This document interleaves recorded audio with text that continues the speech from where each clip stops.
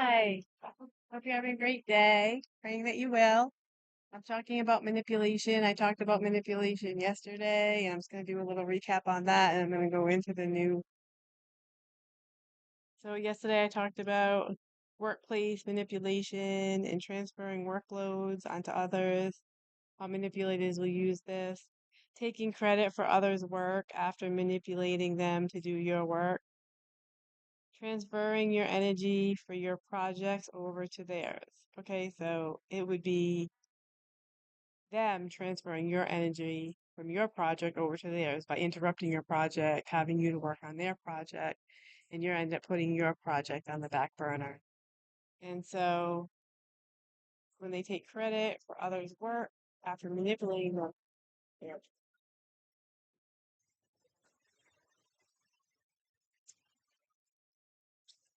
project that isn't even yours, but they'll take all the credit and left it unknown that you were the one who deserves the credit.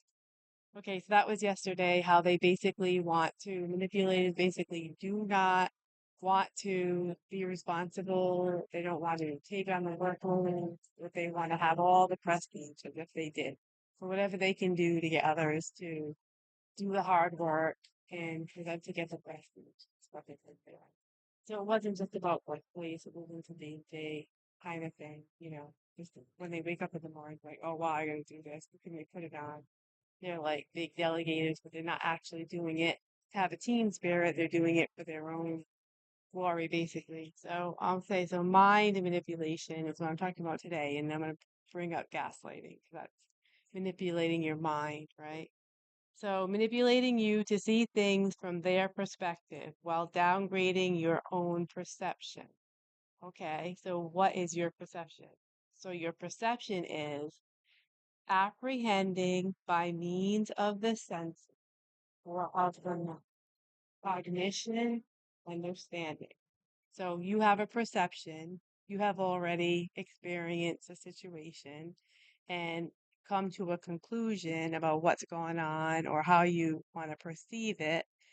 And so what they want to do is take that away from you, your own self revelation. They want to make that irrelevant so that you'll follow their perspective.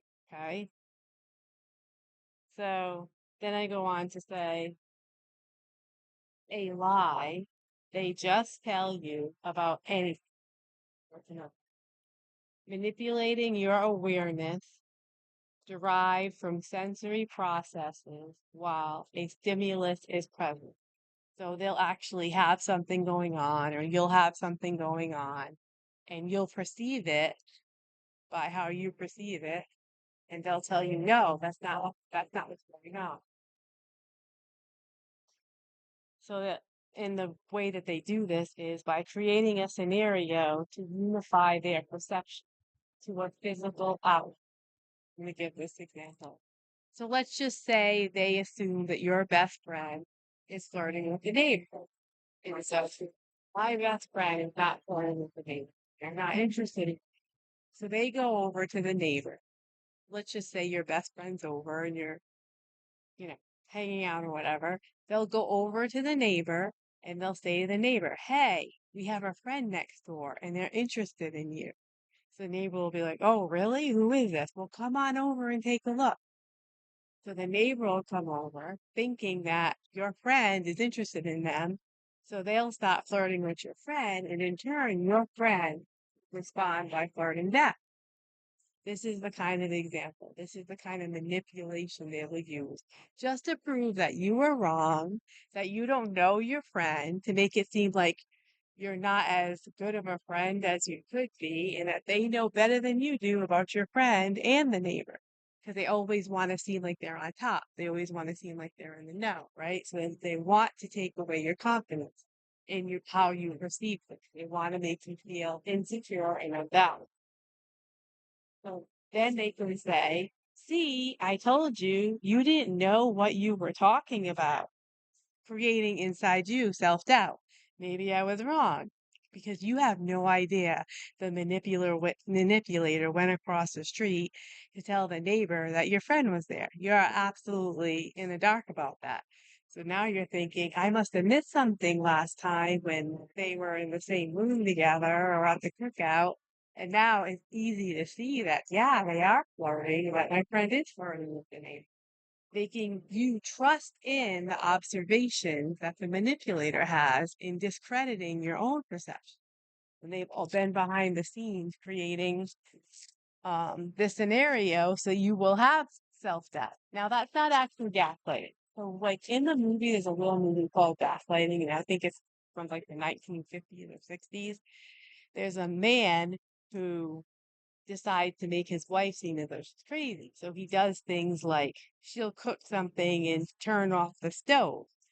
But he'll come around the corner later on and say, "You left the stove on." And she said, "Well, I turned the stove off." "No, it's on. Come see." And then she'll go in the kitchen, and sure enough, the stove is on.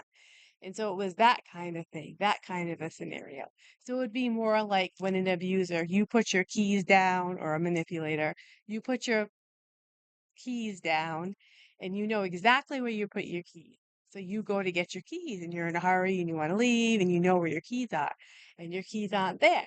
So you say, "Where are my keys?" And you're looking all around. Like, "I know I put my keys here." And then they come around the corner and they're like, "You never know where your keys are." And so now you don't have any idea where your keys are. So now you're looking over for your keys and then they come out keys.